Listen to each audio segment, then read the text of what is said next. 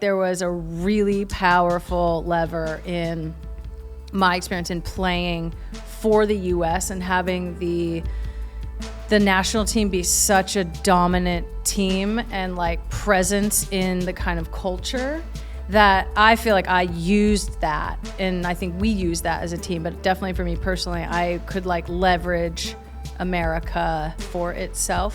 This is our team. We're black, we're gay, we're straight, we're like, some people have short hair, some people have long hair. Like there's a million different ways that all of America exists in this team, and like we're gonna talk about that. So I always was like, yeah, I'm gonna leverage it. Women's sports in so many ways represents America.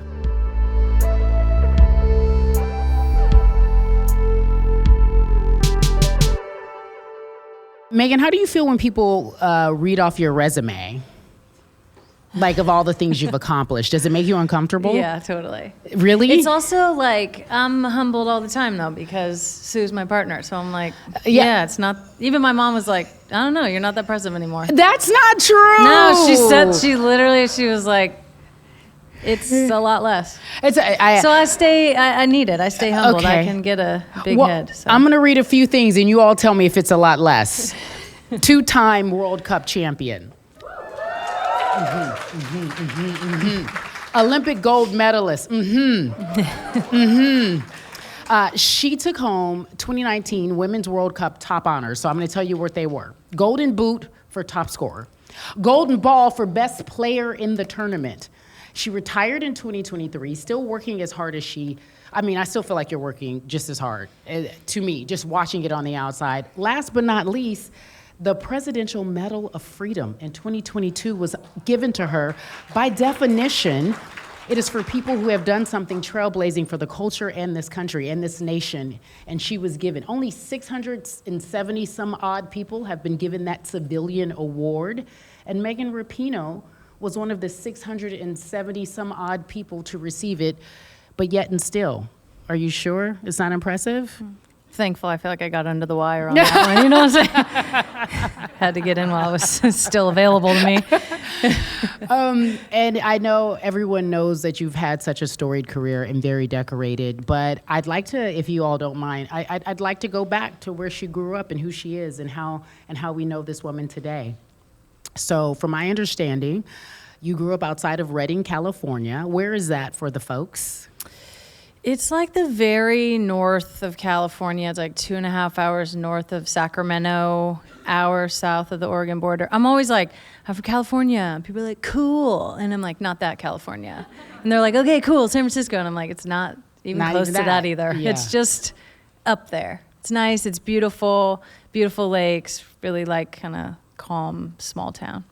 A population, you know? Maybe like 70,000, sort of in all the surrounding areas. But it's more like a big town than a small city. Okay. You have a twin sister. Does everyone know that she has a twin sister? Mm-hmm. Did anybody? No, good. That's great. I feel like I'm breaking news here.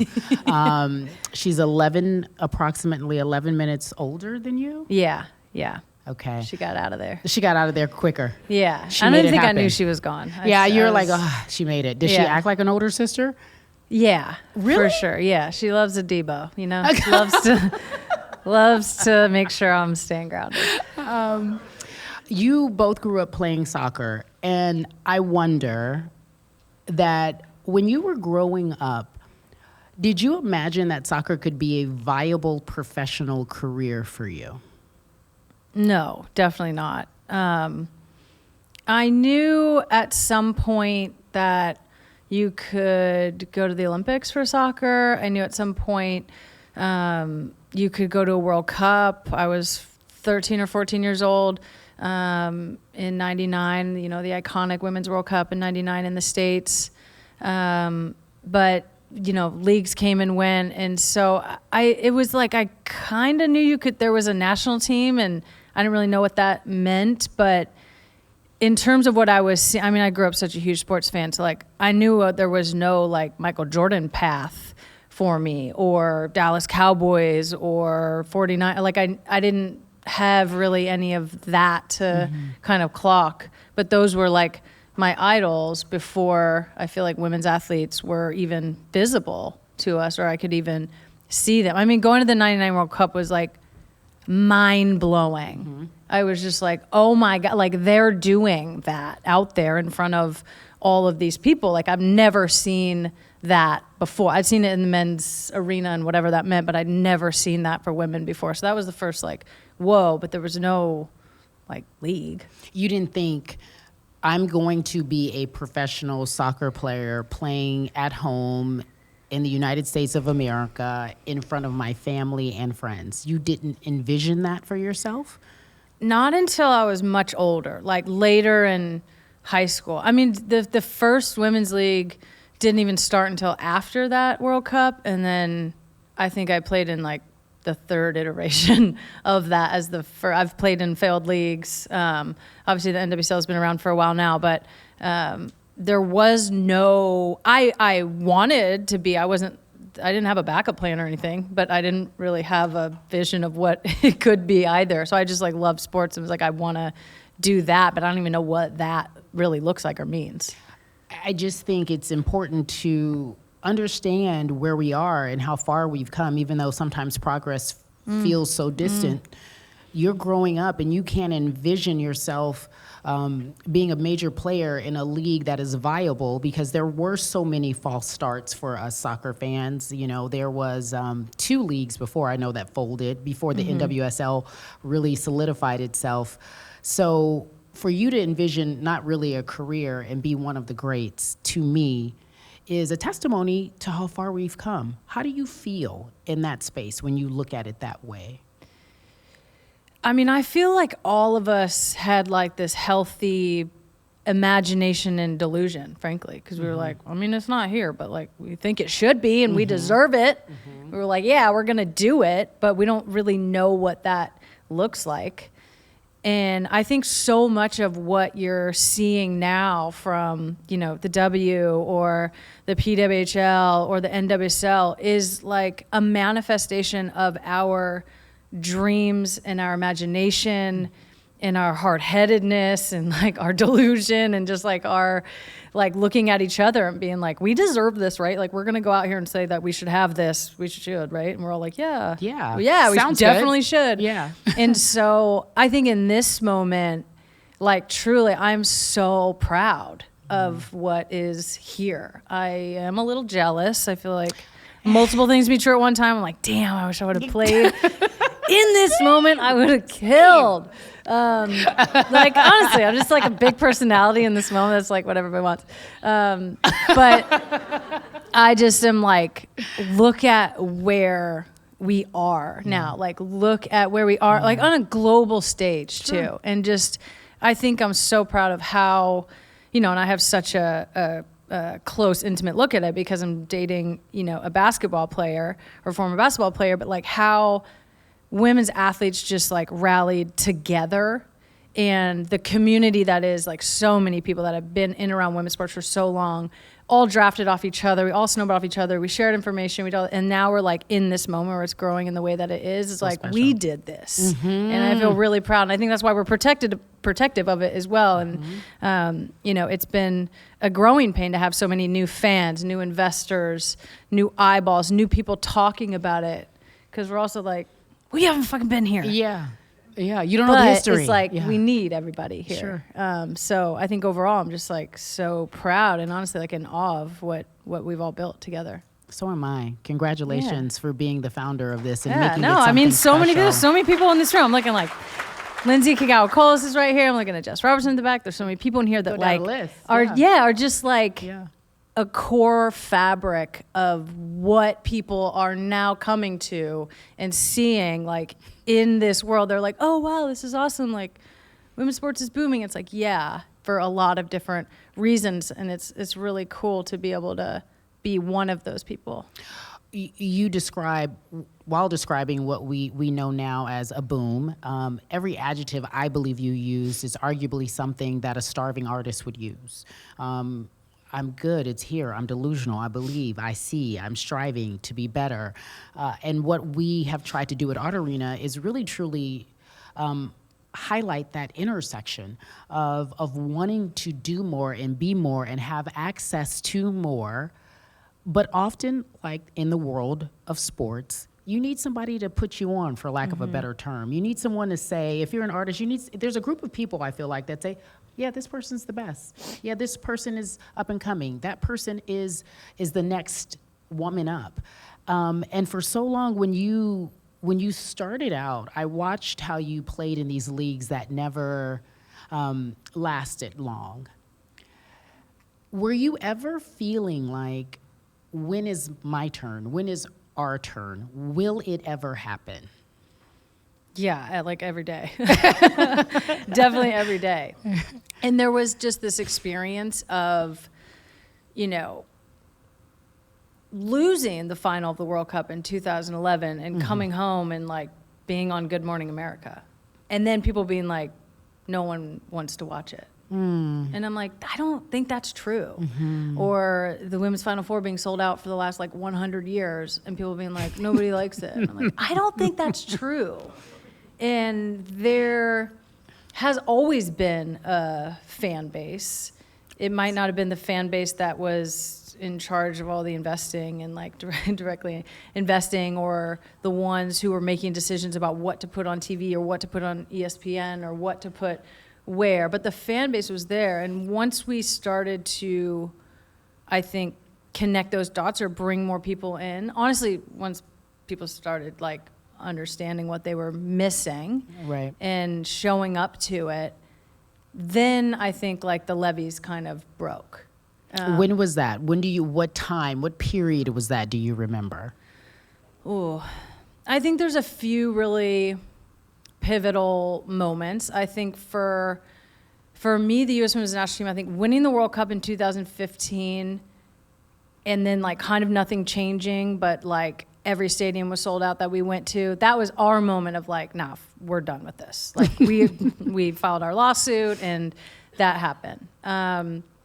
I think 2020, the WNBA bubble season, renegotiation of the CBA, and the way that whole league showed up for America and like for themselves, I thought was just like mind-blowing. I think 2019 World Cup, being able to perform as a team under that kind of pressure on the world stage was huge.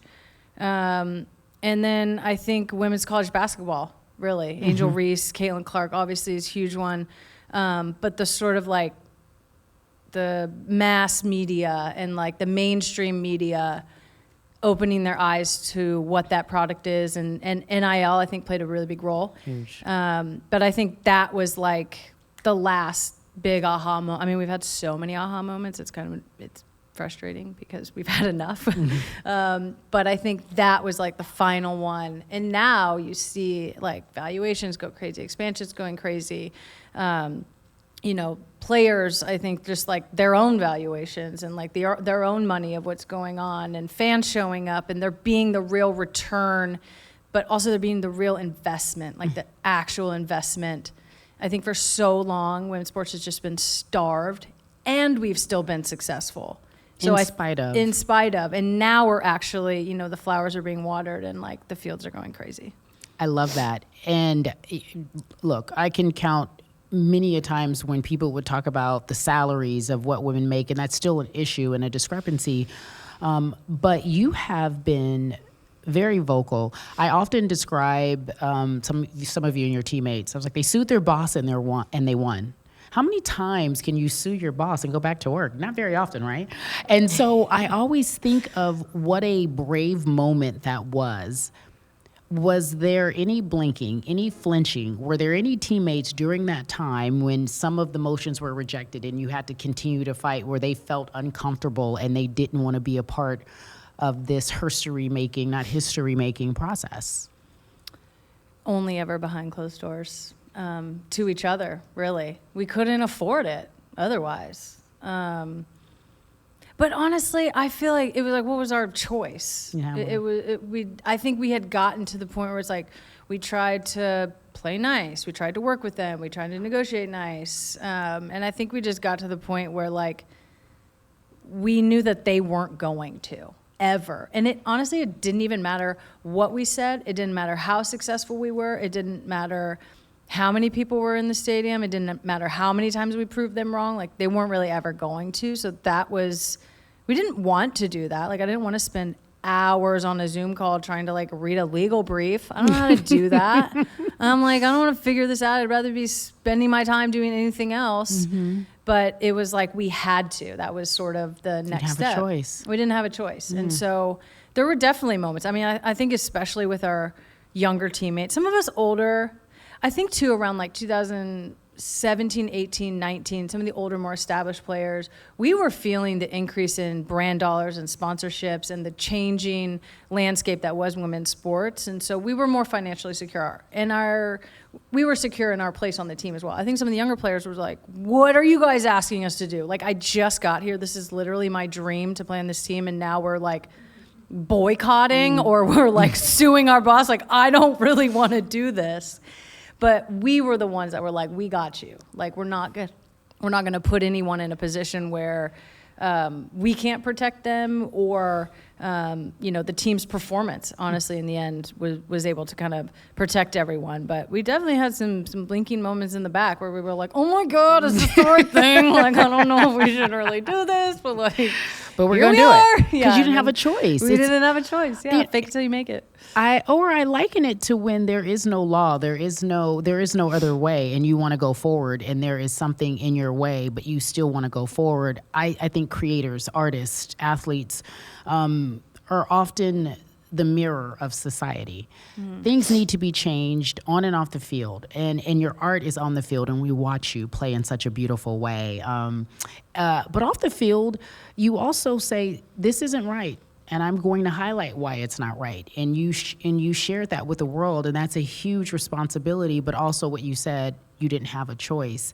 If you look back on your playing career and how you were able to, you had so many defining moments. I know you probably don't feel that way because you said you felt uncomfortable about it, but was there one moment where you said, I am going to lead this place? Was it your play on the field that made you more confident off the field? To lead the charge, to be one of the few who leads the charge for equity in women's sports?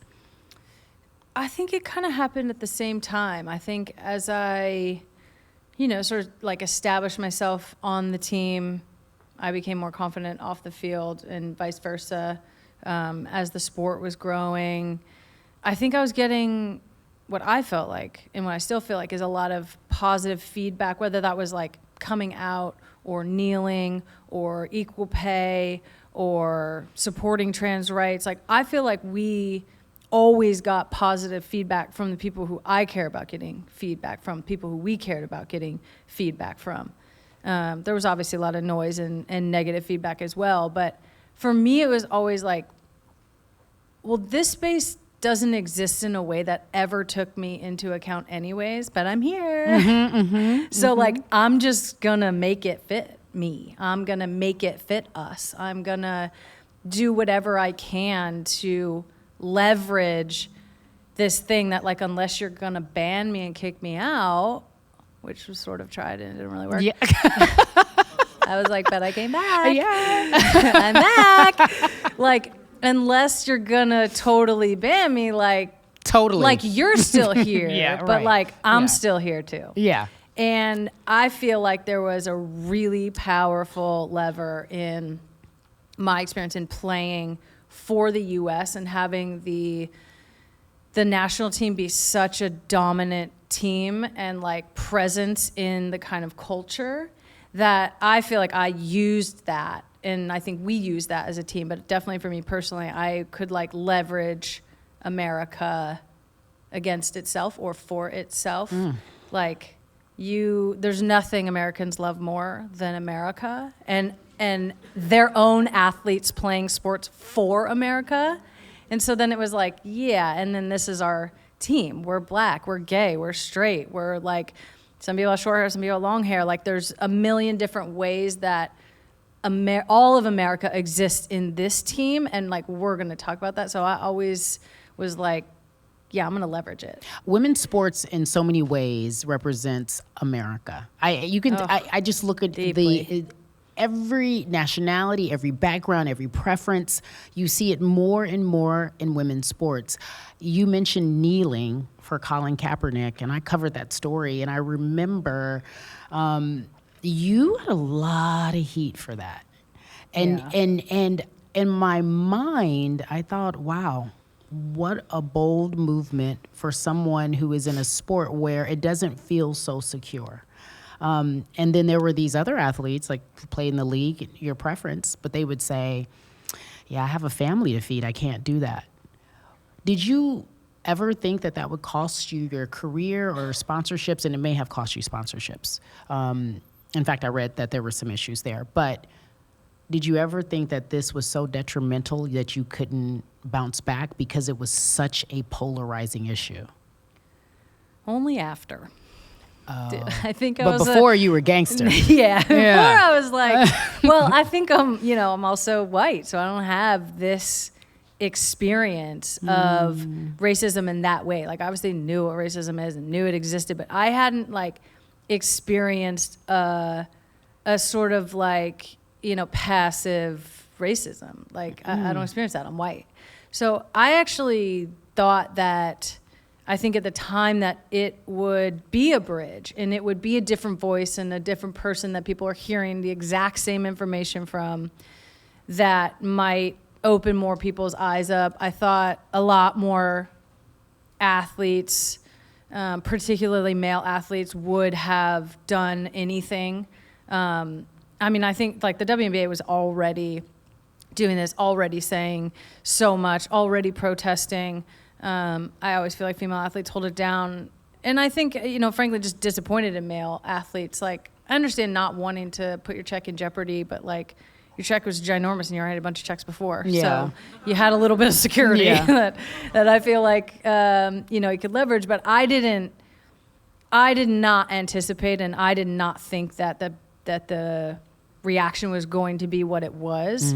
But then that kind of immediately was like, and that tells me I'm right on the money. Like, that is exactly what Why did that tell you were right on the money? Because I'm like, it was just the game, right? It was like people being outraged on social media and changing the narrative from police brutality and systemic racism and our history of racism in our country to like the military is just like bullshit. It's just noise. So they just were like leveraging that argument. So it was like the more fired up people were at me, and like the meaner people were, the more the president tweeted, or the more talking heads said something, I was like, oh, I'm striking the nerve. And so that to me was like, don't take your cues from them, take your cues from Black people, or take your cues from the community or people who you're speaking with, and not the people who are detracting. And there obviously was a lot of detractors, but also like social media is like a fake place. There's been literally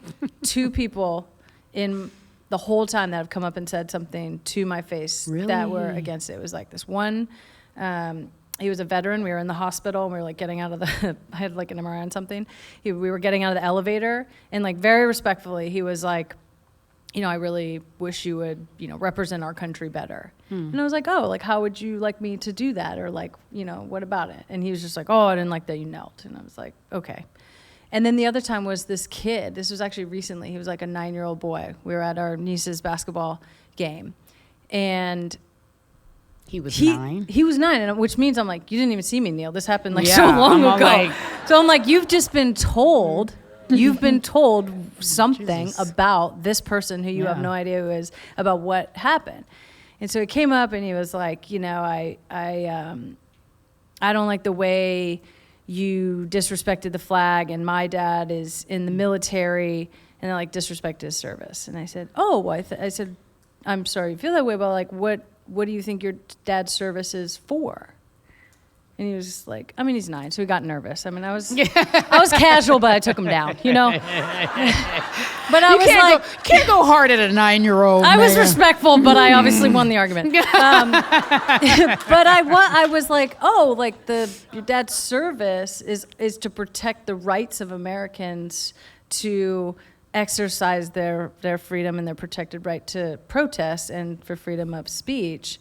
And so it's like your dad is actually fighting for me also to be able to do this. Not your dad isn't fighting for one right or the other. He's fighting for the right to do that. And those are the only two people ever that have ever come up and said something to me. So like all the backlash on social media is like, what is that? That's not even real. People obviously don't even feel motivated enough to, I mean, I'm out in the streets and everywhere. Like, so it's just kind of like fake. People get to like say what they want behind their keyboards.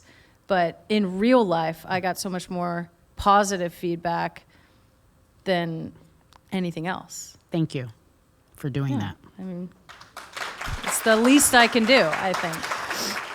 So you mentioned the WNBA. So we should talk about the WNBA. Lindsay, you know where I'm going, Lindsay. You know where I'm going. So you are dating someone that we all know. Have you guys heard of her? You heard of her? Sue Bird. And I think that there has been a fascination, obviously, with you both, because you both, and I said this to you backstage, you both look like art. Like you're always dressed so well. Everything is always so well put together. And Sue, in her own right, is such a legend and has done so much for the sport, for WNBA and women's sports in general. But do you ever look at the relationship and think, you are responsible for more than just being a couple, that you represent more than just being a couple? Yeah, I definitely feel that. I feel that personally, just being the athlete that I am and having the platform, I think Sue feels the same way. It comes with an enormous amount of privilege and like positivity, both financially and success-wise and all of that. So yes, with that, there is an enormous amount of responsibility. And I don't see that as a bad thing. Like, I think it's a really good thing. And I think for us two as a couple, being out the way that we are, celebrating each other the way that we are, whether it's going to games or just honestly just being out. Like, I didn't have a couple to look up to when I was a kid. I didn't even know. That's why it took me till college, which is embarrassing. I was like, I was gay. Like, but I didn't have that. I didn't know that something like Sue and I was possible. I didn't even know something like me was possible. So I think we both take a lot of like joy and pride. It's not just like, oh, you're a role model, this is hard. It's like there's such joy and pride in like having parents or little kids or, you know, big kids come up to you and like be like, you're the reason I can be myself or dyed my hair or play basketball or just like feel comfortable even. And I see now it's like, it does take trailblazers to make progress. And like now the kids are like, it's embarrassing to have to come out like I just am, obviously. And we're like, so God forbid. God forbid you have to say You're it. so old. Yeah, they're like, really, you're asking? Cool It's like, it's obvious. And so like to that, I just have this like memory of Breonna Stewart coming out. It was like when her and Marta first got together. And they just like came out. Sue and I were sitting on our couch and they like posted a picture together and we were like, oh my God, are they out? Like, but it was just like that one little generation. I know. And then they were like, yeah, obviously, like, don't make a big deal of it. It's weird. And so it's just like that little bit of generational movement. And now like the expansion and just how much people are able to be themselves. I mean, even just like, I think the draft outfits for the WNBA is like this fascinating anthropological study where it's like the amount people have like come into themselves and now feel comfortable to wear whatever they want. So fascinating. Is like amazing. So to be some small part of that, and we obviously had trailblazers that came before, I think we both are like, what a privilege. And what a privilege. What a privilege and what a joy it is to be a part of that. I feel like it's always been there, but the storylines that are in the WNBA, also in soccer, they attract a new audience. And the new audience, to your point earlier, is unfamiliar, but you're like, it's always been here, the great play, and women play for the love of the game. They don't play for the money. They play for the love of the game. So there is another purity there that is not often talked about. You and Sue have a production company called A Touch More. And you also have a podcast called A Touch More, but it started off as an IG Live, right? Yeah. Was it during COVID or a little after COVID? Yeah, right during COVID. Why is it called a touch more? And tell me how the idea of it becoming something on IG Live manifested into the podcast that you all have now. I mean, like everybody else, we were like cooped up in our apartment. We're like, we know what the people need. Us talking to them through a tiny little phone screen. I know, the like narcissism, and we're like, we're going to give the people what they want. But we did it to just like pop on. We did it on Saturday nights. All of them were alcohol fueled. It's like, I don't recommend that, but it did make them very funny. It loosened you up. It did make us very loose, probably too loose. We got calls like basically every Sunday and Monday being like, this is a lot. It was like either like our agent or our mom or like somebody was like, this is off the rails. And we're like, we know, it's crazy. But much like everyone, we were like in our apartment, cooped up. This was like the beginning too, where it was like, you know, wear gloves, but don't wear a mask, and you can't go to the parks. And it was like, okay. What do we do? Yeah, what do we do? We're like eating, drinking, and stressing. Like everything is wild. And the actual name of Touch More comes from Sue. Asked me one day in the apartment. She was like getting ready to get on the bike or something. And she had like spandex and a sports bra on. And she's like, do I look like, you know, like I've gained? And I was like, I don't know. I'm like, maybe like a touch more. Just like that. And she was like, wrong answer. Wrong answer. And I was like, damn it. You're like, I was like, that was a test, and I absolutely failed. Yeah. And so then it just kind of became like this funny, like, you know, it's obviously came out of that, but it's the real kind of like vibe behind it is like, we're just going to give you a little more about women's sports, a little more nuance that really isn't captured in mainstream media. We don't feel like it's always captured in mainstream media. Just like a little more of what you really want and need. Yeah, and you all are doing that. So it goes from this IG Live to the podcast that you had this past fall, relaunched, and it's doing really well. If you were to say, and I believe everything that you put out in the public is art. I think that right now we're giving you art. So we're talking, and they can say I love it and they can consume it, or they could not love it but still consume it. When you all decided to do this podcast, what did you want to give the people outside of what you just said? You go, I just want to give it some nuance. You're giving more than nuance. You're talking about your relationship. You guys have a great segment about bickering, which I love. How does it go? Bicker of the week. Bicker of the week, because they always are. You're like, and it's a song. It's like a little ditty. Like you're like, it's a bicker of the week. We have a lot. I think in so many ways, it's like our love letter back to women's sports.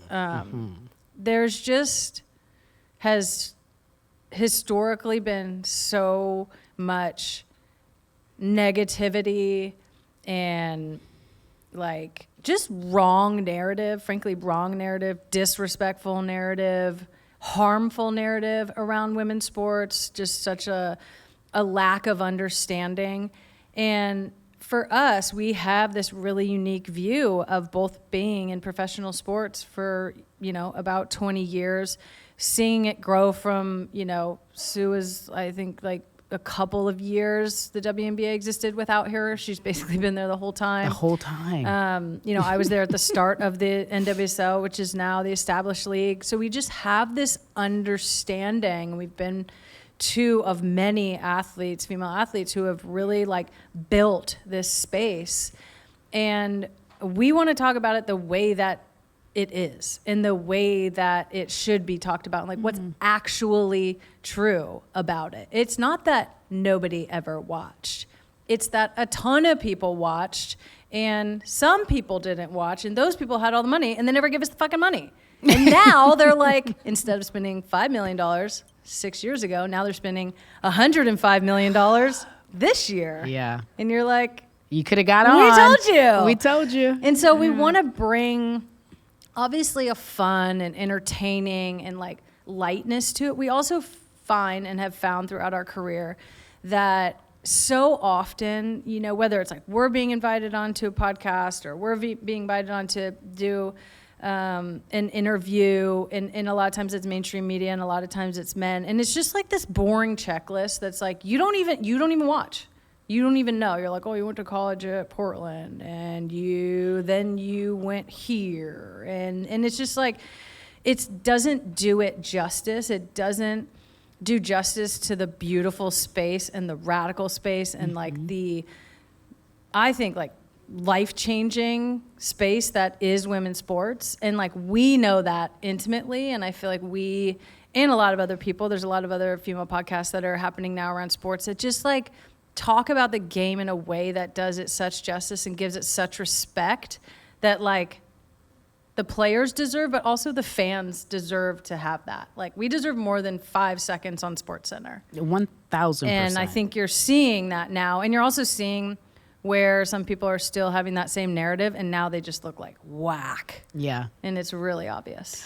And I'm not calling out anybody, but I am calling out someone. Should we? Think, yes, we should. One of my former colleagues, the big debate now is that it's unfortunate when, and I don't want to, rail against men because I see a handful of you here in the audience, but it's unfortunate when men have this huge platform and they start talking about women's sports and they have zero idea about what they're talking about, but because they are men and they are lauded in this profession, they are allowed to have an opinion that for whatever reasons feels valid that people talk about.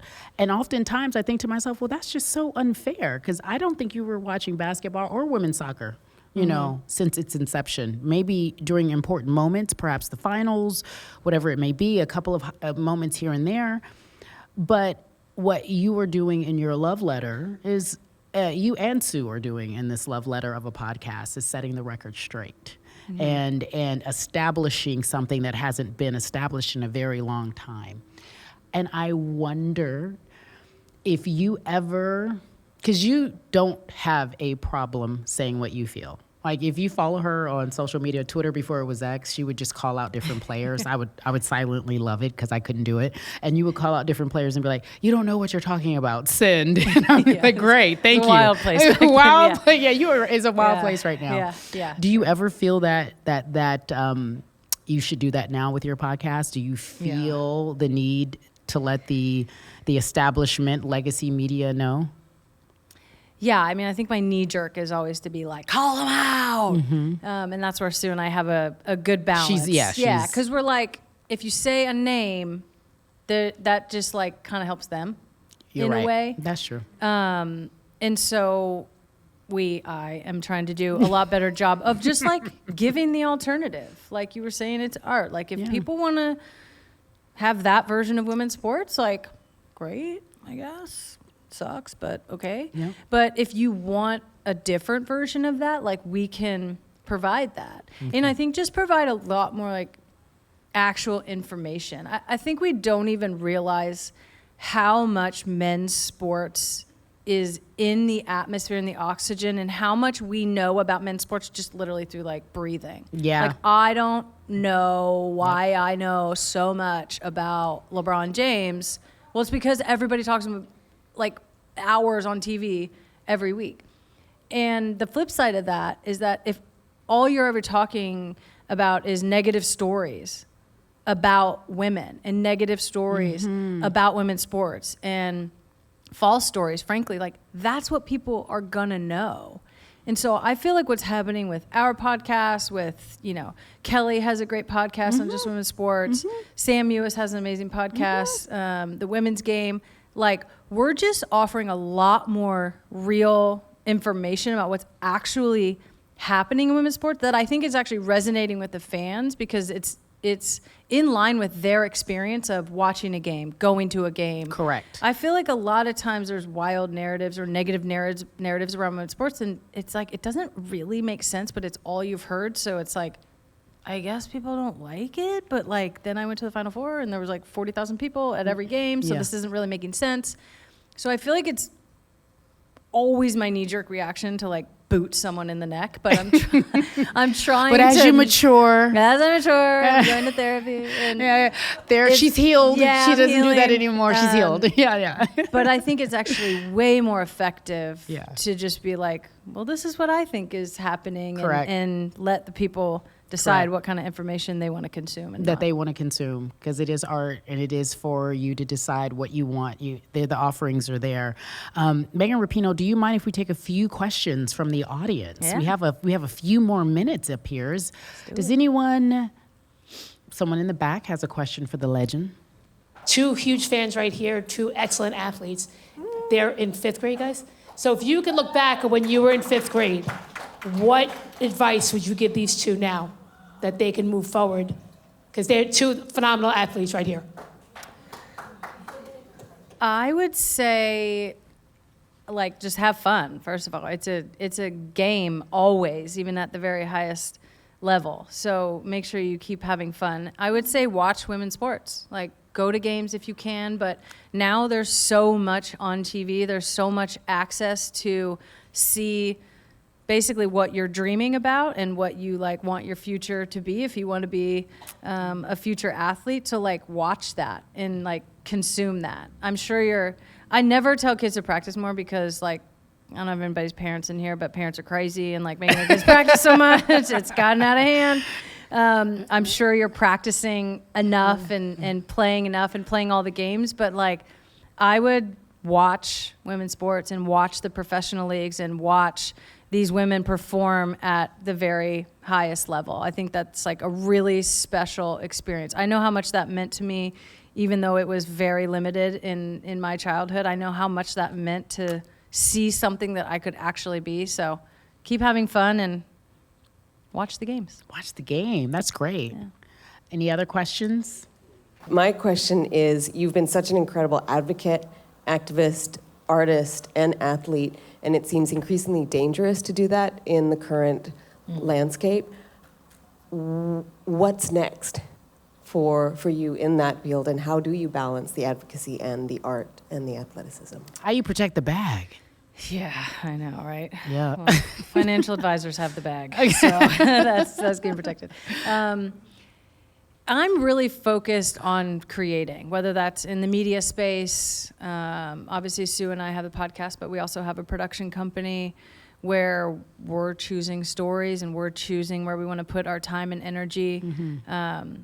I think the content media space is really interesting. Obviously, everybody has a phone, everybody has access to that, especially kids. Like, what stories are they hearing, and how do you sort of combat the madness of the world with even just like the women's live sports and being able to be a part of that? We do live shows at some events. So I'm kind of focused on like, how do we build like a larger platform and continue to grow it that way? I mean, there's only so much you can do as one person, and I feel like I'm growing and maybe evolving a little bit out of like always having to be the one in front of the mic, but how can I leverage all the success I had, or the money that I made, or the platform that I've been, able to build with other people? How do we leverage that for the next generation, but also to get a huge part of this growing pie that is women's sports over the next however many years? It's like billions of dollars of investment. So how do we be a part of navigating and stewarding this sort of next phase of women's sports? I think personally, you said it a little bit, women's sports is such a slice of American life, but it's also just like such an amazing slice of progress. Mm-hmm. Like, I think women's sports changes the world all the time. You can't talk about women's sports without being radical and highly political all the time. Like, we just are. And so how do we leverage that to make the world a better place moving forward and for the next generation? That's great. And one more back there. Hi, y'all. You talked earlier about the boom of now with the movement of women's sports, and it's a lot of history as well. So, and just thinking about closing the gaps, there's a lot of untold stories when we think about like heritage and history. That's not even like ancient history at all, right? For example, like there was a league, the ABL, right before the WNBA was announced, and the premise of that kind of relates a lot to how we get to something like Unrivaled now. So curious from the both of you, is there a certain story, or even if it's about a certain player that you would want to see covered that has not been covered at all yet? I don't know if I have a certain story, but I just want to speak to that a little bit and how important the historical bridges are to the popularity and the growth of sports. So, like, I can look at a Boston Celtics jersey and see that coach, like, smoking the cigar. And I can see Larry Bird, and I can, like, see Kevin Garnett. And we have generational fandom that is able to grow from that. And, like, what is sports? Sports is a feeling that you get when you're there that's passed on from your family and from other people. And it's so funny that you said that because I feel like you're like inside Sue's brain. Because she talks about this all the time of like, there are a lot of new fans in women's sports right now. And they're like, oh my God, I've never seen anyone like this player. And we're like, Diana just retired. That's exactly what this player is. Yeah. Like, Diana was way more of an asshole than this player who's an asshole who you love. And so there's like all of these incredible stories that just are kind of ripe for the picking. I mean, Diana should do a doc, like Maya Moore should do a doc. Sylvia Fowles can do a doc. Like, there's so many, and I think it's really important to not always look back, but to use those stories to bridge different groups of fandom. And like, I bet young kids on TikTok would like love to see all of Diana's technicals like in a compilation. That's entertainment. And so and then it's like, oh, she plays like that and she plays like that or whatever it may be. It's like Trin has pink hair now and I'm not that far from her, but like I had pink hair. But also like players dyed their hair in 99. Yeah. So there's all these through lines that get a little bit lost in women's sports because we haven't had the media there and the storytelling there. But like, I think that's really, really important and then a really kind of unmined area in women's sports that we can really leverage. I love that response. I love the WNBA fans in the room who are giggling about DT because they know. They're like, yes, that's a compilation that we need to create. But to her point, there are so many beautiful stories that are just not being covered. I think the biggest story, though, that we are not acknowledging is that we need to let these women be athletes and not try to socialize how they should play. As you mentioned, a lot of new fans, and they're like, I've never seen anybody do what so-and-so did. And it's always going to be an issue when Caitlin and Angel Reese play each other, Caitlin Clark and Angel Reese. But I often remember Candace Parker, saying when she got to the league, and I watched the game when they were fighting and there was no outrage. And so it would be beautiful if sports could really connect the dots for women, because I know we do have a lot of new fans, but there is history here, and with the history is knowledge, and it gives you more pride and it gives you more reason to want to understand who these women are and what they've been through, and why they literally in such a short period of time have gone from these economy flights and sometimes bus rides to chartered flights in a very short period of time, which meant it could always have been done, but they still have been here and they still have been giving everything they could, and they have been inspiring children. Caitlin Clark is inspired from Maya Moore. She says, Maya Moore, you said there should be a Maya Moore doc. She's like, I grew up watching Maya Moore. That's why I'm playing this game. There was no skin color attached to it. It was just an athlete that I saw. I didn't know if she was a man or a woman, just a dope athlete who could put the ball in the basket and then be like, this is it. Like, I want to watch her play. And if we could always have that, and if we can keep that narrative, that would make me so happy for women's sports. Same. Yeah, great question. And I do believe that is our time. My very last question for you is, inquiring minds want to know, what color will your hair be next? I know, I've been off my color game. Yeah. Mostly just out of laziness. Okay. It was a big motivator to have like a world broadcast coming up and playing in front of 60,000 people. I'd be like, I got to put on for the people. Yeah. Now I'm just walking the streets, but I think I need to go back to the light pink. I like the light pink. We like the light pink, right, people? Yeah. I miss it. Yeah. Do me a favor, round of applause for the legendary Megan Rapinoe. Thank you. Thank you. Thank you, everybody.